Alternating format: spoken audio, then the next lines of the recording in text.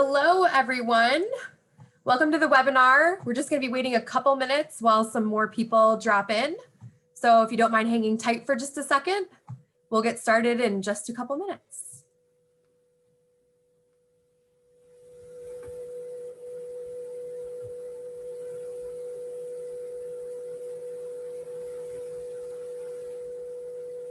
All right, I'm seeing some new faces. Thanks for joining us. We're going to get started in just a minute. We're just waiting for a couple more minutes before we get going.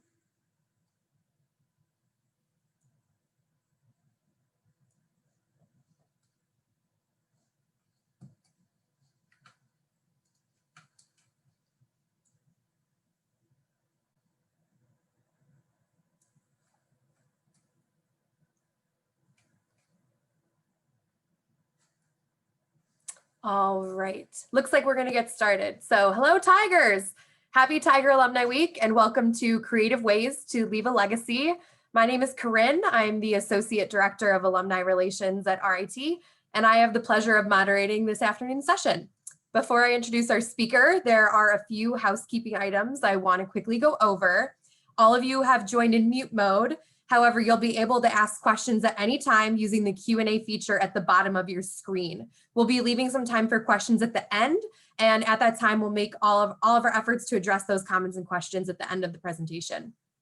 But good news, this webinar will be recorded and eventually posted on our website, and a communication with how to access the recording will be sent out in the upcoming weeks. If you have any technical questions during the program, please feel free to address those in the chat box at the bottom. And again, we'll do our best to get you those appropriate answers pretty quickly. We'd like to thank our premier sponsor, Sharp Notions, as well as our Tiger sponsor, Rochester Regional Health, for helping make this week's programming possible. And we'd also like to thank our Access Services teams for helping us make this webinar accessible for all of our alumni via real-time captioning available within the webinar, and also our interpreting team that will be spotlit during the presentation. I also want to mention that today is Roar Day, RIT's annual day of giving.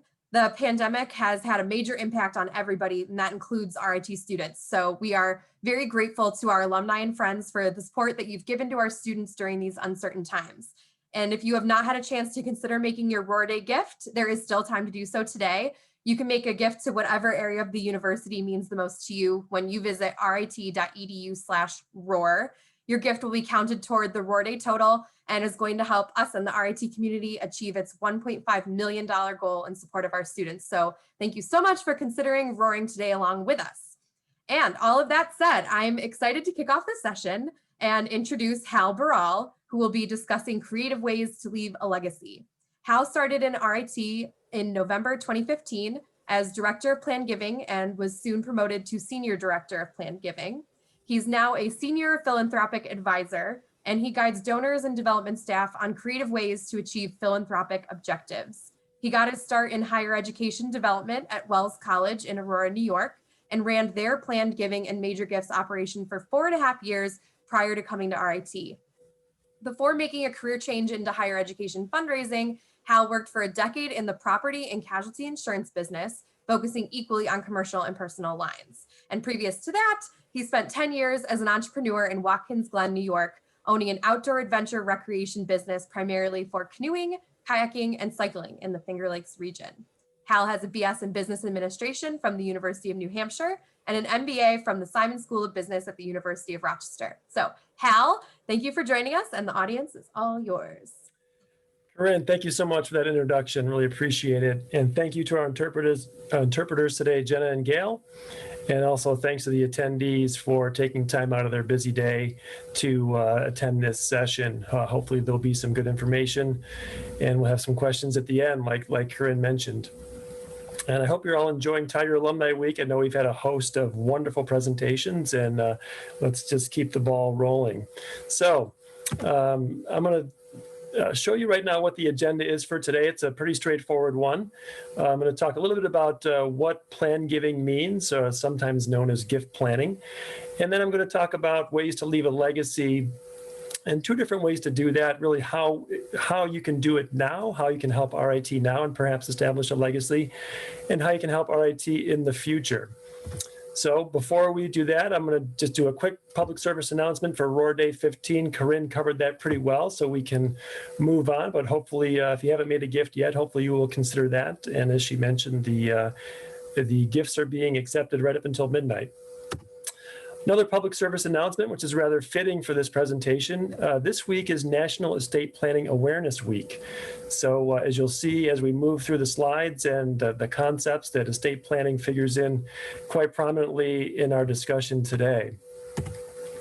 So before we get going, let's start off with a quick poll question. I just want to gauge the temperature of the audience regarding their exposure to the term plan giving or gift planning, and if they've had much experience with it. So I'm going to give a few seconds or maybe a minute to see what the results are, and then we'll dive into our presentation.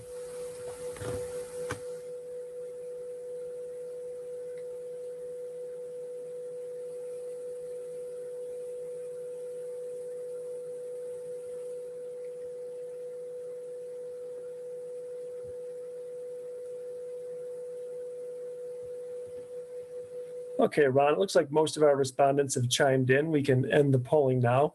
An overwhelming majority of you have heard of plan giving, so hopefully you've got some working knowledge, and hopefully my thoughts today will be shedding some light on some of the things you already know about it. So let's see if I can get this slide to advance, and then we will be on our way.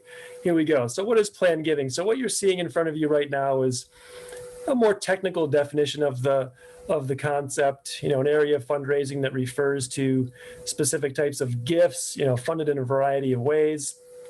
When you're talking to someone about plan giving, you might hear language such as this: deferred giving, legal contracts, irrevocable commitments, a lot of jargon and so forth. But the way I like to conceptualize plan giving and, easily synthesize what it means is really with this comment: anything a donor can give that does not involve writing a check. So when I say that, I'm referring to primarily gifts of assets. So let's talk about that. Let's talk about assets. So the types of assets people donate, right? So on the left side, you'll see, here are some ones that we're all pretty familiar with, right? No surprise: cash, stocks, real estate, life insurance. But if you look on the right-hand side of the screen, some more obscure things that you may not be aware of that are available to make gifts with, like mineral rights and royalties. Near the bottom of that list, you'll see retirement plans. That's something we will spend some time on today. So let's move right into another concept that deals with plan giving, which is the ways that gifts are made. And again, I'm trying to make this simple. There's really three different ways gifts can be made. You can give now outright. Of course, the university loves that. Immediate gifts given to charity. You can give now and receive income. So those are called split interest gifts, and we're going to talk a little bit near the end of the presentation about some of those concepts. And you can also give at the end of life.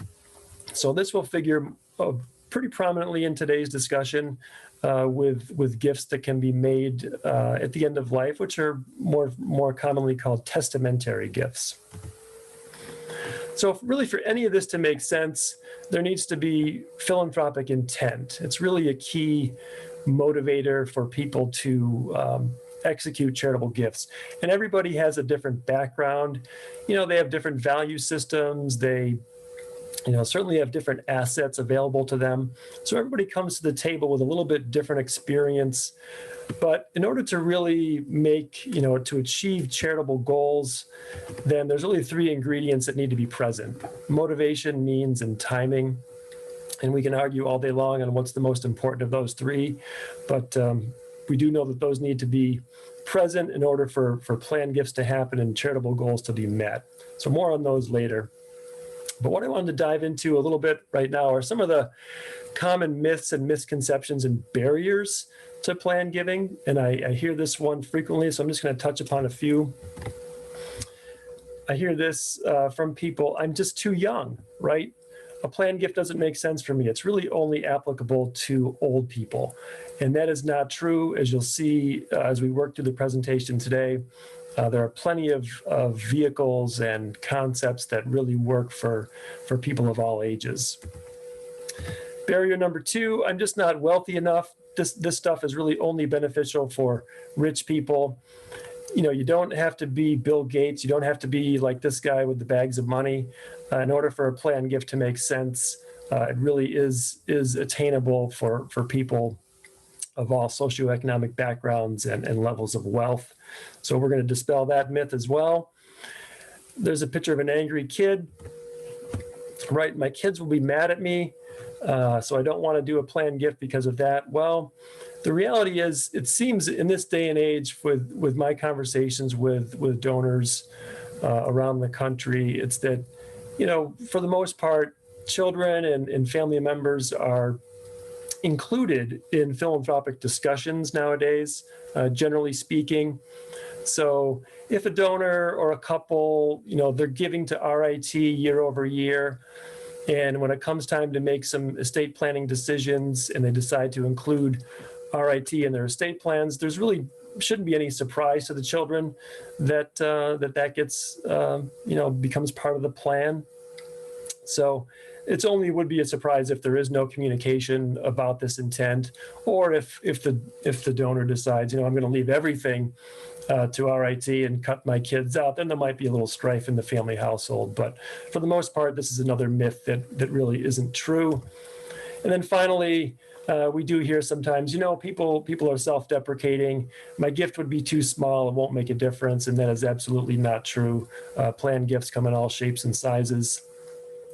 So please, any gift that's made in this fashion does make a difference. So now let's move into the concepts that I really want to talk about.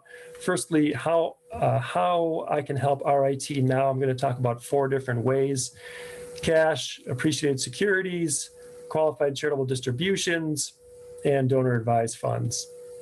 So cash, I really want to give cash just a little bit of airtime because, you know, I mentioned earlier, really planned giving is all about giving assets and not necessarily cash, but I felt like it was important to touch upon cash because of the CARES Act. So a little bit more about that in the next slide. But cash is still king in some circles. It's really easy to execute a cash gift. There's immediate gratification there. Organizations, of course, love it. It's liquid right away. It's immediately spendable. And you do get a dollar for dollar charitable deduction for a cash gift. Of course, if you're still itemizing, I do recognize that most taxpayers nowadays are not itemizing because of the new tax laws, but cash does provide that nice little tax incentive. So let's talk a little bit about the CARES Act. So many of you might be familiar with the fact that this came into being when COVID-19 really took hold in this country. In late March, the government instituted the CARES Act, and that had a couple of interesting provisions for the charitable sector. One of them being this universal charitable deduction. So this was a nice addition to the tax code. Granted, it's not a huge deduction, it's a $300 deduction, but it's a very good option for non-itemizers again. So non-itemizers will be taking that already very large standard deduction, but if they make a cash gift to a charity of $300 or multiple charities up to $300, then they can take an additional deduction on top of that standard deduction. So this is good news. Hopefully the government will take this to heart. Maybe if this act gets extended into next year, perhaps they'll up it to a more meaningful amount and keep this universal deduction in place. So the other interesting fact about the CARES Act was there was some controversy about this. You know, did the $300 get doubled if we're talking about a married couple? And most people felt that it would apply, but if you read the actual wording of the act, it states that the $300 deduction is only available per tax filing unit. So if you read it verbatim, it would indicate that, you know, a married couple filing jointly could only take the $300. So we'll see if that gets cleared up late in the year and if it gets extended. The other interesting facet for the CARES Act is the AGI deductibility limit. AGI stands for adjusted gross income. So in a normal year, a taxpayer can deduct up to 60% of his or her income in qualified deductions, right? Charitable gifts, mortgage interest, state and local taxes, maybe medical expenses, things like that. Well, the CARES Act pushed that out to 100%. So it is feasible for a taxpayer to actually zero out their tax liability in the year 2020. Very interesting. So, and just a reminder, this CARES Act will sunset at the end of this year. So we have a couple more months left to take advantage of these provisions. But let's move on to what I really want to talk about, which would be some other vehicles for giving, which make a lot of sense and are very tax smart. Appreciated securities. And when I say that, I'm referring to stocks, bonds, mutual funds, right? In order to obtain the best bang for your buck when giving stocks, these must be held long-term. So what that means is that you must have owned the security for at least a year. Actually, it's a year, 12 months and 1 day. So if you've held it for that long or more, then it's considered long-term and it's very giftable. And there are some great benefits to that. First of all, you get a full value charitable deduction, just as you would for a cash donation. All right, the full value of those securities is deductible. And even better, you can avoid all of the capital gains tax associated with that stock or those stocks. So there is complete avoidance of the tax when you give it to a charity. So ultimately, what that adds up to is an after-tax cost that is lower than giving cash. So this is very appealing for people. This is one of the best kept secrets in philanthropy, is giving appreciated securities. Why is this person screaming? Well, I just mentioned to her that the suggestion of giving away some appreciated stock, okay? And she's a woman who bought Starbucks a long time ago for $10 a share, and now it's gone up. I'm not sure what the current price is, but let's just say it's $100. And she says to me, why would I give it away? Why would I give away my precious Starbucks? I love it. I love my stock. And fill in the blank, right? This is a very emotional conversation. Sometimes people get attached to these investments, especially when they're doing well. So what I want to say here is that there actually is a very good reason to give that stock away. So let's say that this person wants to make a $1,000 gift to RIT. Instead of giving cash, if I can convince her to give the stock, there's some great benefit in that. So what she can do is give away that stock that she bought at $10 a share. Now it's worth $100. And instead of writing a check to RIT for $1,000, she can turn around and write a check to her stockbroker and repurchase $1,000 worth of Starbucks stock. So essentially, she has maintained the same position with Starbucks that she originally had, but she has ultimately done herself a good favor, which is to increase the cost basis in that stock. So the reason that is so valuable is because, let's say, 2 or 3 years from now, she wants to buy a new car or take a vacation, and she wants to use her Starbucks stock to help fund that. So when she goes to sell that Starbucks stock, maybe it's gone up to $120. So now when she sells it, she's only paying tax on the gain of $20, right? It moved from 100 to 120, instead of paying tax on the gain from $10 to 120. So she'll have a much lower tax liability in this scenario. When I first started at RIT, my boss told me a story of how he was explaining this very concept to a donor, and the donor said, "Is that legal?" Well, it absolutely is legal. It's one of the great things about this country is that our tax code is set up with provisions like this to really encourage charitable giving, because the government realizes that every dollar given to a charity saves the government at least $2 or more in services that they do not have to provide. So really great thing. Consider it if you have a stock portfolio when you make your next gift, including Roar Day. Okay, and a simple flow chart here outlining the concept, right? The donor gives a gift of appreciated securities to RIT. They get the immediate income tax deduction. RIT then has the discretion to keep it, invest it, or simply sell it. And in all likelihood, we will sell it. We want to liquidate it. We want the cash. and we want to immediately use it for student support at the university. So let's move on to qualified charitable distributions, QCD, often known as the IRA charitable rollover, or I should say originally known as the IRA charitable rollover. That language has kind of gone away because it was confusing with rollovers from IRAs to Roth IRAs. So the more accepted vernacular is the QCD one. But if you hear either term, it means the same thing. This is a beautiful giving tool, just like appreciated securities. You can avoid 100% of the income tax associated with a qualified charitable distribution. So a huge thumbs up here. And I'm going to show you a very complex diagram which shows how it works, right? You have an IRA, the gift goes directly to charity, boom, it's done. But let's talk a little bit about some of the details of the QCD. It has to come from a traditional IRA. You have to be age 70 and a half or older. And it must be a direct transfer from the account to the charity. And there is a cap on it. It's up to $100,000 annually, and that would be $200,000 with a spouse. I just had a conversation yesterday with a donor who wants to set up a new scholarship at RIT, and his plan is to do it with the QCD before the year ends. So a very smart tax move here.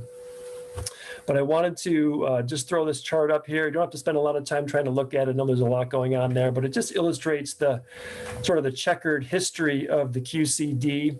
It's been one of those things that the government has put into play periodically over the last 15 years or so. They would introduce it for 6 months and then take it away. Then they would introduce it again, maybe for a few more months, or make it retroactive for a year and then take it away again. It was driving charities crazy. Then thankfully in 2016, the government made it a permanent part of our tax code. So this is a wonderful thing because people now can plan on it. They can work it into their charitable plans. It's a great way to create a legacy, a very tax efficient way to give, and really no downside to doing it. So a little bit more on the QCD, the benefits. I mentioned it reduces taxable income. It does satisfy the required minimum distribution. So if we have anybody on this call who is age 72 or older that's being forced to take RMDs, they know what I'm talking about. The RMD is a very real thing that triggers some tax liability. So you can satisfy it with a QCD and make a great gift to charity and avoid all the income tax. And this is beneficial for both itemizers and non-itemizers alike.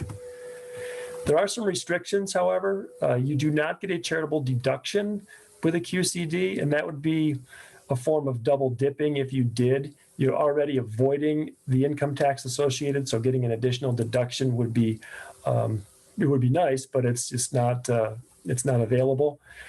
And there is no funding of a life income gift or a donor advised fund for the same reason, because you would get an additional deduction on top of it. Although there is legislation in play that the charitable community is working on trying to change that rule. So we may see it come into existence in the near future. Fingers crossed that it will. And again, just a reminder, this is for traditional IRAs only.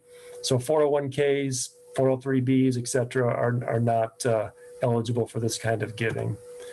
And then again, the simple flow chart, I like this one, right? The donor contacts his IRA custodian who makes the gift directly to RIT, completely bypassing the IRS. Love that. And a little bit more about the CARES Act, again, because the CARES Act did suspend the RMD for 2020. I mentioned the gentleman who I talked to yesterday about the new scholarship with his QCD.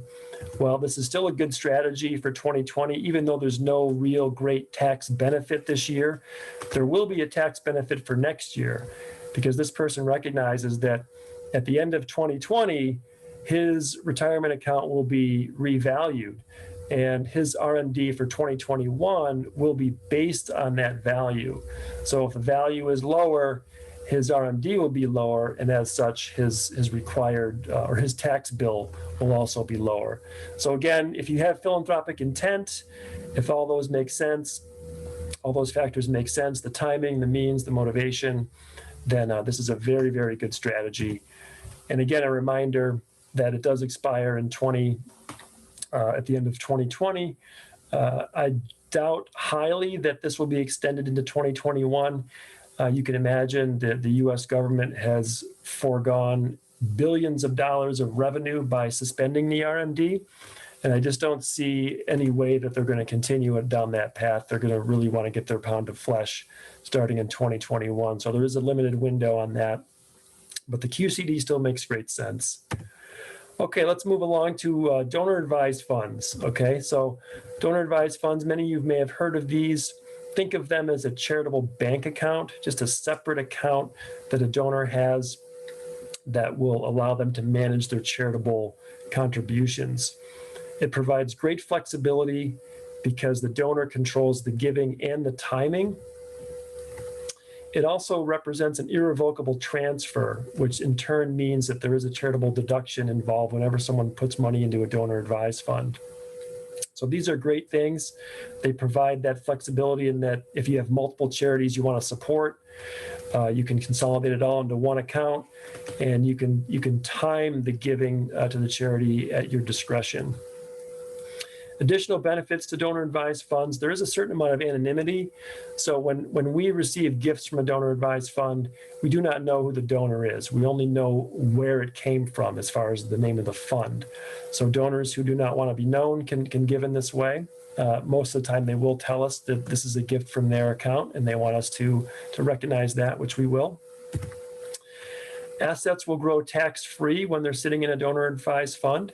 So assuming positive returns in the market, the fund assets will grow, and those will be available immediately to be given to the charity, and they grow tax-free. There's no implication from a tax perspective as well.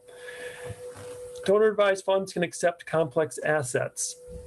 So particularly the more sophisticated ones, the larger ones. You may have heard of Fidelity or Vanguard or Charles Schwab. Certainly those big players can do it, but don't discount the local community foundations such as the Rochester Community Foundation. Those are great outlets as well for these types of gifts. But complex assets, there might be a situation where a donor wants to split, say, a piece of property amongst 5 different charities, and those small charities might not have the bandwidth to accept that type of a gift. A donor advised fund can do it. They can manage the real estate. They can go through the steps of liquidating, turning it into cash, and then distributing to those 5 charities per the donor's wishes. So they do serve a nice function. Donor advised funds are also nice to pass on the tradition of philanthropy to the next generation, children, grandchildren, involve them in the decisions, talk about what charities make sense to support this year, and use the donor advised fund as a conduit and as a conversation piece.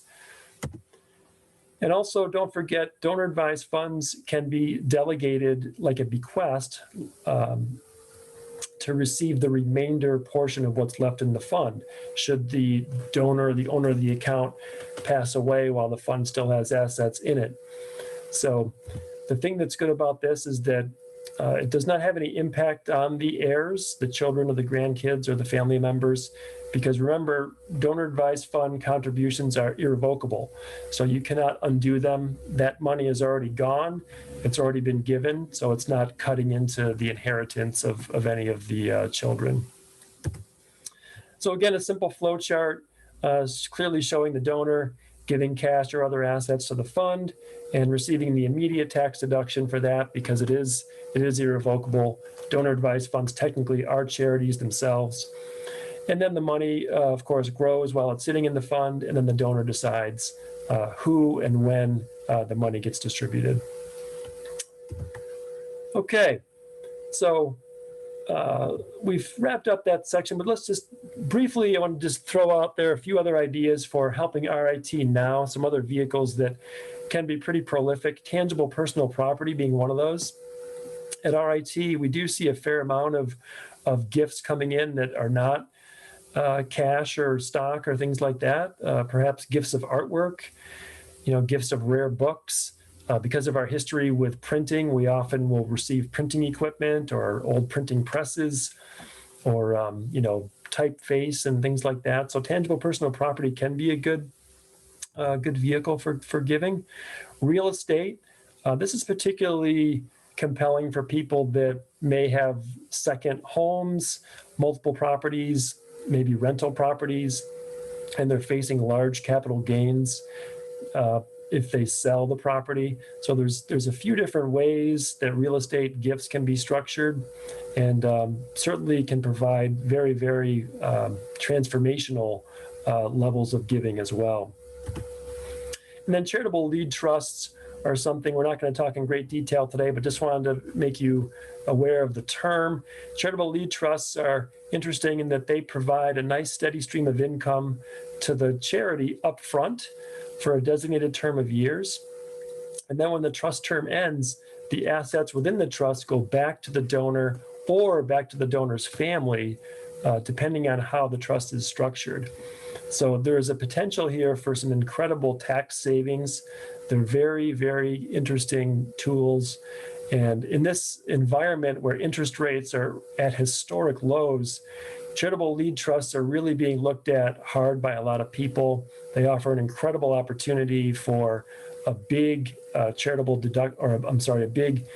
tax deduction, big tax savings when passing assets back to the same generation or to the next generation within a family. So anyway, let's move on to what we really want to talk about. But before we do, I just wanted to put up my feel-good slide of the day.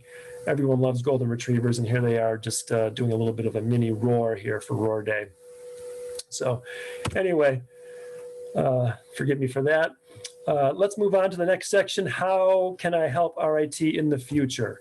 Okay, so we're going to talk again about 4 basic concepts: gifts from your will or living trust, beneficiary designations from retirement plans, life insurance, and life income gifts.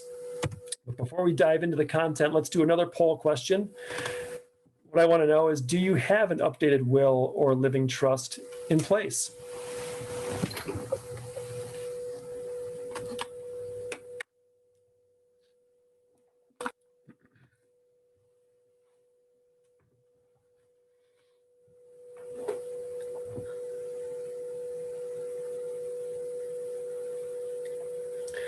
Okay, Ron, we can end the polling there. It looks like most of the respondents have chimed in. Thank you for that. Thank you for participating in that poll. Looks like we're about 50-50. Maybe a few more do not have a will in place. There might be some reasons for that, but let's talk a little bit about it. So here you see some pretty famous people: Aretha Franklin, Prince, Michael Jackson, Bob Marley, John Denver, Hendrix, Amy Winehouse, Sonny Bono. You're probably guessing, what do these people all have in common? Why am I putting them up here on the screen? And you would be correct if you inferred that these are all people that died without a will. Very, very unfortunate for them, and certainly for their heirs and family members. So, but dying without a will is not just exclusive for, performers, an artist like that. Martin Luther King also falls into that category. Howard Hughes, Pablo Picasso, Steve McNair, a famous NFL quarterback, and everyone knows that guy. Abe Lincoln. So, just when you die without a will, it just creates a real mess for like I said, for your family members, and then the state in which you reside will be heavily involved. You'll pay more. Your estate will pay much more in taxes. There's just really no upside to not having a plan. So 2/3, what does that mean? Well, according to AARP, about 2/3 of adult Americans do not have an estate plan in place. So I'm happy to say that this crowd listening is a little bit better than the average. Maybe only about 50% do not have one in place, but still something to consider doing. And the excuses I've heard across the board, are just really, I think, tied to procrastination. I'll get to it tomorrow. I've been meaning to get to it. I'll do it when I have, the right attorney that I can talk to and so forth. So if you take anything away from this presentation today, that would be, get an estate plan in place. You'll be very thankful that you did. Because obviously all those people that you saw on the screen, they died young, often very tragically, prematurely, unexpected, and nobody wants that. But we all want to be prepared for the unexpected. So here's a quote, very simply, from a gentleman who worked on Prince's estate, right? And just indicating that, again, you don't have to be Bill Gates to really warrant having an estate plan. If you own a home, if you have retirement assets, even a small estate, you definitely want to have a plan in place. Let's talk a little bit more about the importance of a plan and the end-of-life decisions. There really are only 3 places assets can go. Again, very simplified here, but if you think about it, this is dead on. Family and friends, of course, would be the number one place where we want our assets to go. Family first, like I've said before. Charity, if there's room for charity in your plans, wonderful. We would love to see our assets go to charity if we're feeling good about taking care of our family and friends first. Let's do something for charity. And then number 3 on the list would be Uncle Sam, right? Uncle Sam is very real. He tries to get his pound of flesh. So with good planning, you can minimize that. I've only really met one person in my years of being a fundraiser that said, I don't mind paying taxes. I think the government needs it. But those people are few and far between. I think most of us would agree. Let's give most of our assets to our family and friends. Maybe we can throw some charities a few bones, and then Uncle Sam will get the scraps. So. Anyway, gifts through a will or through a trust, very, very, very wonderful things. And if your goal is to control your assets during your life, make a gift with a bigger impact, maybe leave a legacy, we see gifts through will quite a bit. They're also known as bequests. You might hear that term a lot. Very simple, very easy to execute. Okay, a little bit more of the details of wills. Various things can be left through a will, various types of assets. You can have a specific dollar amount outlined in the will or a percentage. We always recommend a percentage because it keeps things in proportion, but certainly worthy of discussion. Wills and trusts are revocable. So any gift that's put into this type of arrangement can be changed. I think most people try to adhere to the, every few years, maybe update their plans, maybe every decade. As we know, life changes, right? Circumstances change, and that warrants oftentimes changes to our plans. The great thing about these types of gifts, and probably the biggest bonus, is they cost nothing during lifetime. So your standard of living is not changed. I talk to a lot of people every day that want to do something for RIT. And one of the common themes is, I wish I could do more. I really want to do more. So people are thinking, I wish I had more in my checkbook. I wish I could write you a bigger check, right? And if you can get, we can sort of change the narrative to, you actually can do more, right? You can do something through your will. It's a wonderful thing. It won't cost you anything, and you'll feel great about it. So we try to open up those conversations because they are very meaningful and wonderful when you can get someone to really consider doing that. So a little bit more on the additional benefits of doing this, and a shameless plug for our current campaign. We are in a campaign called Transforming RIT, the Campaign for Greatness. We're about 3/4 of the way to the goal. We still have a long way to go. But just so you know, even though we love cash gifts, we love the liquidity, like I said before, we love to be able to support the students immediately with that kind of giving.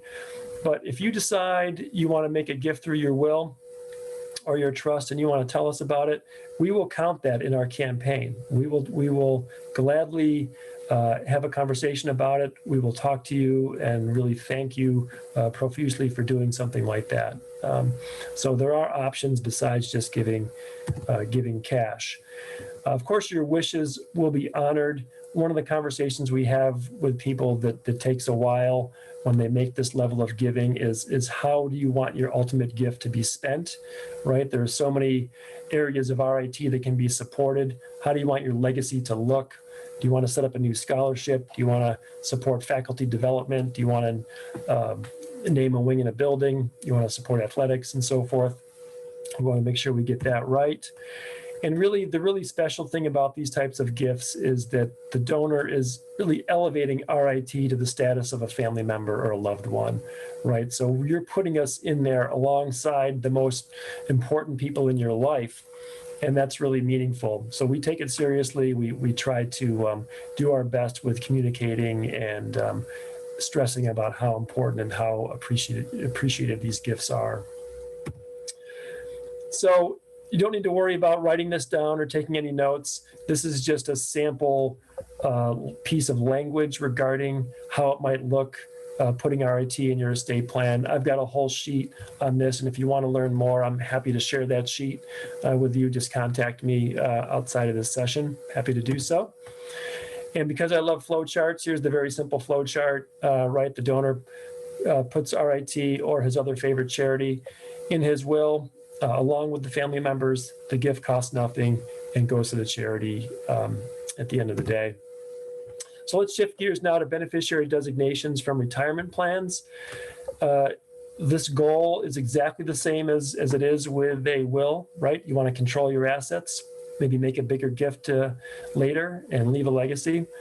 This can be done effectively through many different retirement plans that have beneficiary designations attached to them. They are similar to a bequest. And a lot of these things, or all these things you've seen just previously, right? You can make it a specific dollar amount or a percentage right in your retirement plan. You can, or it is revocable, right? This can be changed. And again, it costs nothing during lifetime, right? So a wonderful benefit, for that. I get oftentimes, like I said, I get people saying, I want to give you more, but I'm worried about the future. I'm worried about outliving my money. I'm worried about my aging parents going into a nursing home. I'm worried about my grandkids and their education and their college expenses. So this is a wonderful way to, again, control assets during life, have full access to all of your funds, yet feel good about a gift to charity at the end. So many advantages, very easy to execute, no attorney needed, right? No lawyers, we all like that. Avoids all taxation when given to charity, so that makes our tiger smile.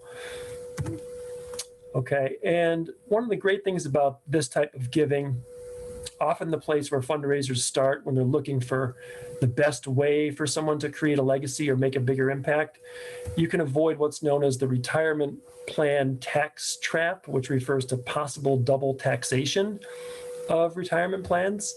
So what I mean by that is when a retirement plan is passed to a non-spouse, right, often to children, there will be, first of all, there will be income tax. And the income tax will happen at ordinary income tax rates. So right now we know the highest tax bracket is 37%, but that is going to increase in a few years when the current tax law gets sunsetted. Those rates will go up. But there's also a state tax that could factor in as well. So again, right now, the estate tax threshold is extremely high. Very few people are subject to it. But again, when that tax or the current tax law sunsets at the end of 2025, those estate tax are going to go down to a much more modest level.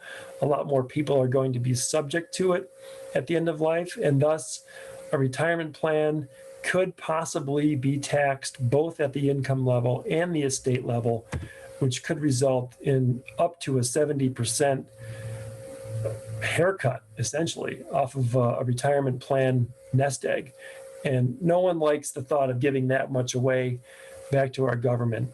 So I always tell people, if you want to do something great for charity, you want to leave something at the end of life, like this sort of a thing, the retirement plan is probably a better option, and leave those funds to the charity and then leave other more tax advantaged assets to your kids and your heirs. Just a better strategy. Okay, let's shift gears and do one last poll question about life insurance. Okay, what I want to know is, do you have a life insurance policy that you might cancel or let lapse in the coming years, let's say, because it no longer seems relevant?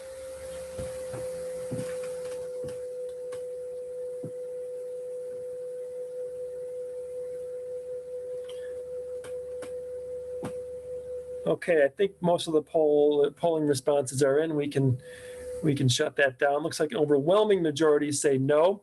So that's good. Either they don't have life insurance or they have a policy that they're planning on keeping in force, which is good. But let's talk a little bit about life insurance as a charitable option. If your goal is to make a sizable gift at a relatively modest cost, this can be an extremely attractive way to do it. Okay, there's three options. A beneficiary designation, you've heard about that. I've talked about that quite a bit, so you understand what that means. You can make RIT the owner and beneficiary of a policy, and there's also a life settlement option. So what do these three things mean? Well, the beneficiary designation, we already know, basically a simple bequest. You include the charity in as a beneficiary in the life insurance policy, whether it be for the whole thing or just for a percentage of it or a fixed amount. And it effectively removes it from your taxable estate, which is a nice benefit. When you make RIT the owner and beneficiary of the policy, that's a little bit different. So this represents an irrevocable transfer. And you've seen that term before today in this presentation. So what that means is there is a tax deduction that goes along with it. So the IRS recognizes that. You can't undo this. It's a gift essentially. So you get a nice tax deduction for it. And then in pretty much all cases, the donor, when he or she makes this type of transfer, they will agree to continue to make premium payments on the policy. RIT and most other charities do not want to be in a position to have to stretch their resources to make premium payments on an insurance policy for a future benefit. So most times the donor, in sticking with the philanthropic intent, wants to pick up those payments, which they gladly do. And by doing that, they're rewarded. They get additional tax deductions every time they make a premium payment on one of these policies. So the life settlement option, what does that mean? Well, believe it or not, there are third-party companies out there that will do appraisals of all sorts of life insurance policies. And what they're doing essentially is comparing the death benefit versus what the cash value might look like. So none of you seem to be in a position where you're considering getting rid of a policy, but at some point maybe you will. You know, what I hear sometimes from people is that, you know, they've paid off their mortgage, their kids are grown up and they're on their own and they're self-sufficient, and really the life insurance has no purpose anymore. It's really outlived its original intent. So they think about, like I said, letting the policy cancel or letting it lapse. So instead of doing that, one of these options might be very appealing. The life settlement can be appealing because that can be charitable, or it can just simply extract a lot of the value out of the policy while you're alive for you to use however you'd like. So, but the moral of the story is, don't let the insurance policy lapse, right? There could be more value than you realize. And it's just really great, amazing leverage for a bigger gift, you know, probably far bigger than you previously thought you could ever do for RIT. Again, another really great way to leave a legacy that is underutilized by the philanthropic community. Okay, finally, let's talk about life income gifts. All right, if your goal is to create an additional stream of income, let's talk about that. There's a few different ways to do it. Charitable gift annuity, two different options there: an immediate gift annuity or a deferred option, or a charitable remainder trust. Two of the most common options would be the unit trust, also known as a CRUT, or the annuity trust, known as a CRAT. For this conversation, we're really just going to focus on the gift annuity. It's much more attainable for most donors and much more common. And we see quite a few people getting very interested in gift annuities and a lot of activity in that space. So let's talk about that. But I'm, of course, very happy to have an offline conversation about charitable remainder trusts if that interests anybody. So the benefits are many: guaranteed lifetime income, right? This income is fixed for life. It's not going to change. So depending on your circumstance, that might be an appealing characteristic, right? If you're getting tired of the stock market volatility, if you're worried about Social Security running out, it's another nice stream. A portion of your payments will be tax-free for a number of years. And like I mentioned, you can hedge against the volatility of the stock market with this guaranteed income. And there are attractive payout rates. So in a couple of slides, I'm going to throw up some rates for you to look at, but they're based on the age of the annuitant. And the rates are certainly better than CDs, bank accounts, money markets, and those types of financial instruments.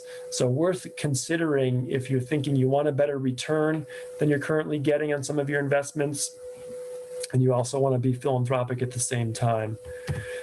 So let's talk a little bit more about some of the other benefits. You do get a charitable deduction for a gift annuity. Approximately, it'll be around 50% of what the investment is.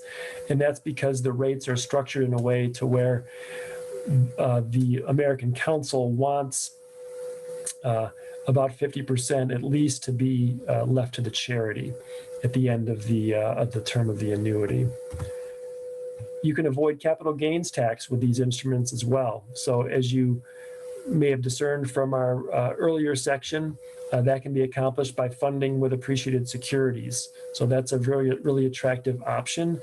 You won't avoid all of the capital gains, but you will avoid a big portion of it. They are very easy to set up. Okay, again, no attorney needed. And it's really just a simple one-page contract between you and the university. So I mentioned the rates. Here we go. This gives you an idea of how the rates work. So if you're age 65 and you set up a One Life gift annuity today, you're eligible for a 4.2% payout rate. And as you can see from the ages and the corresponding rates, that the older you are when you start the annuity, the better the rate is. And that's, of course, because your time horizon is a little bit lower for life expectancy, so the charity can afford to pay you a little bit more than they would if you were younger. And you can see with the 2 Life, the rates aren't quite as good, but that's because 2 lives, no matter what the age ranges are, 2 lives always live longer than 1. So the payout rates aren't quite as good, but the benefit there is the payouts will go to, to both people. Then when one of them passes away, they will continue fixed, same amount for the second person's life as well. So very attractive. I mentioned ACGA. There's a governing body that sets the rates. They look at them every few years based on economic conditions and other factors, whether they need an adjustment or not. I mentioned age-based. Deferred gifts, I should mention the deferred gift annuity option. These can be very attractive because in the example of our 65-year-old, if that person decided, I don't really need the income now, but I can make the investment now, I will happily give you some money to start a new gift annuity, but I'm going to wait on taking the payments for 5 years, because when I turn 70, that's when I think I'm going to need the income. So in that case, because we won't have to start making payments immediately, we can agree to pay a much higher payout rate to that individual. So you can see in this case, it would be about a 5.4% rate, which is a bit better than the 4.2 that this person would have received if they had taken the payments immediately. Okay, fixed for life, right? Those rates do not change. Once you lock into a gift annuity, that's your rate for life, guaranteed. It doesn't matter what's happening in the economy, what's happening in the stock market, you're locked in and guaranteed to get that for the remainder. So again, a simple flow chart, right, with a gift annuity. The donor makes the gift of assets. The annuity is set up. They receive the immediate income tax deduction along with the promise for the fixed payments. I should mention too that the income tax deductions are able to be carried over. So if you can't use the entire deduction this year, they can be carried over for an additional 5 years as needed. And then when the annuity terminates, the rest goes to RIT. All right, so that really ends the formal part. Let me just mention quickly about the RIT resources available. I would encourage everybody, when they have time, to go to our website, legacyrit.org. There is a host of great information on this website, downloadable materials. You can sign up for our e-newsletter. There's news from Washington, legislative news and news from Wall Street and things like that. This is the Wills Guide. I think I may have referred to this earlier, but if you are thinking about setting up a will or you need to make adjustments to your existing will, this is a very helpful organizer. We put this in play a few years back. It's been incredibly well received by our alumni and friends. I am more than happy to send you a copy of it if you'd like one, if it really can prove beneficial for your planning. And also, it is fully downloadable on the website. So you can get it immediately if you want to go to the website at any time, enter your information, and you can download it and print it off and have it ready to go right away. So I just want to say one last thing, a big thank you to our philanthropic community. You know, you see this little flower icon, which shows a bunch of RIT giving societies, and they're all very unique. And we appreciate everybody that has stepped up and is a member of these various societies. Of course, in my world, the most near and dear to my heart is the Ellingson Society. So the Ellingson Society is reflective of those that have made some sort of a plan giving arrangement in their plans, whether they've included us in their will, maybe they've set up a life insurance policy, maybe they've got a gift of real estate in the works, maybe they've started a charitable gift annuity. All those are members of Ellingson Society, and it's just a nice way to recognize our faithful donors.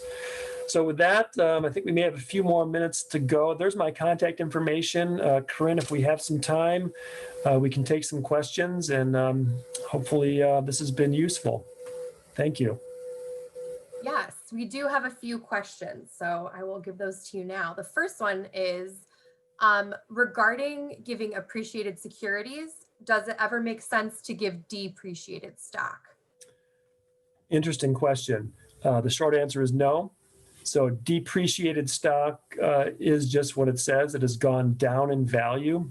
So really, it's a better maneuver just to sell it and take the proceeds and then turn around and make a charitable gift that way. If you because when you take a loss, you can actually deduct that against your taxes. So you can actually reduce your tax liability to offset some gains up front. And then if you choose to make a gift, at that point, you can take the deduction for the actual amount that you've given. So it's really the opposite of course, appreciated, like I mentioned, with the appreciation, that's the real benefit where you avoid the capital gains tax and so forth. But good question, thanks. Okay, another question. If someone is interested in including RIT in their estate plans, when should they be notifying your office, or should they notify the office? Yes, we would love it if they would notify us at any time. We would love to be part of the conversation if we can be helpful in any way. And absolutely, we would love it if we were notified. So many times we are not notified and we get surprise gifts. They're always very, very nice surprises when someone has included us in their plans, but they never told us along the way. Because one of the regrets we will have is that we were never able to say thank you to that person because they never told us about their intentions. And maybe there are good reasons for that, but we do want to say thanks. And the best we can do in that case is to thank family members, and then sometimes when there are no family members left, you just thank the attorney or you thank the executor of the estate, right? Thanks for making it happen. So yes, we would love to know. Please contact our office. If you've done it, if you're thinking about it, it's a great thing. So thank you. All right, and it looks like we just got one more. The question is, do you get a tax deduction for making a bequest or beneficiary designation? Good question. I wish you did, but no, you don't, because you might recall from some of the finer points of some of the slides, those gifts are revocable, which means they can be changed. So there's no guarantee that whatever the gift is indicated in the will or the trust or the retirement plan, there's no guarantee that gift will actually come, and we don't really know what the value will be. Particularly with a beneficiary designation to a retirement plan, because those. If it's a percentage, those amounts are changing year over year. So the IRS only gives that nice tax deduction when it knows that it's a move that cannot be undone. It's an irrevocable act. It's an irrevocable transfer, like we mentioned, the various tools that offer that, right? The donor advised fund, the gift annuity, turning over a life insurance policy. There's others too, but those are irrevocable actions that yield the deduction. So again, the short answer there is no, but a good question. Great. So those were our questions in the Q&A. One question I'll ask for you, Hal, is if someone has additional questions after this session or seeing this, in the future on a recording, is reaching out to you the best way, or phone, email? What do you prefer? Absolutely. I'm don't want to reveal my age, but I'm old enough to still appreciate talking on the phone. So I'm happy to have a phone call at any time. But certainly email is very good. It's very efficient. And I'm happy to do a Zoom meeting while we're still in the pandemic, but also into the future. I'd imagine Zoom will now be a part of our regular daily routines. So happy to Zoom with people if they find that that's a comfortable means of communicating. So any of those ways are great. Phone, email, and Zooming, it's all good. Awesome. Okay, Hal, thank you so much for sharing all of your expertise. I know I learned a lot in today's session, and I want to thank everyone at home for joining us as well. I just mentioned just now and earlier, we're going to be sending out information on how to access this recording in the near future, so keep your eyes open for that. And also, if you haven't yet, please don't forget to consider making your Roar Day gift today. We'll be including another link in the chat box now. And also, if you're not connected to the RIT Alumni Association on social media, we encourage you to connect with us. Those links can also be found in the chat box. We're on Facebook, Instagram, Twitter, and LinkedIn. It's a great way to hear about other great things that are coming up after Tiger Alumni Week. So thank you all again for joining us. Thank you, Hal, for the presentation, and enjoy the rest of Tiger Alumni Week.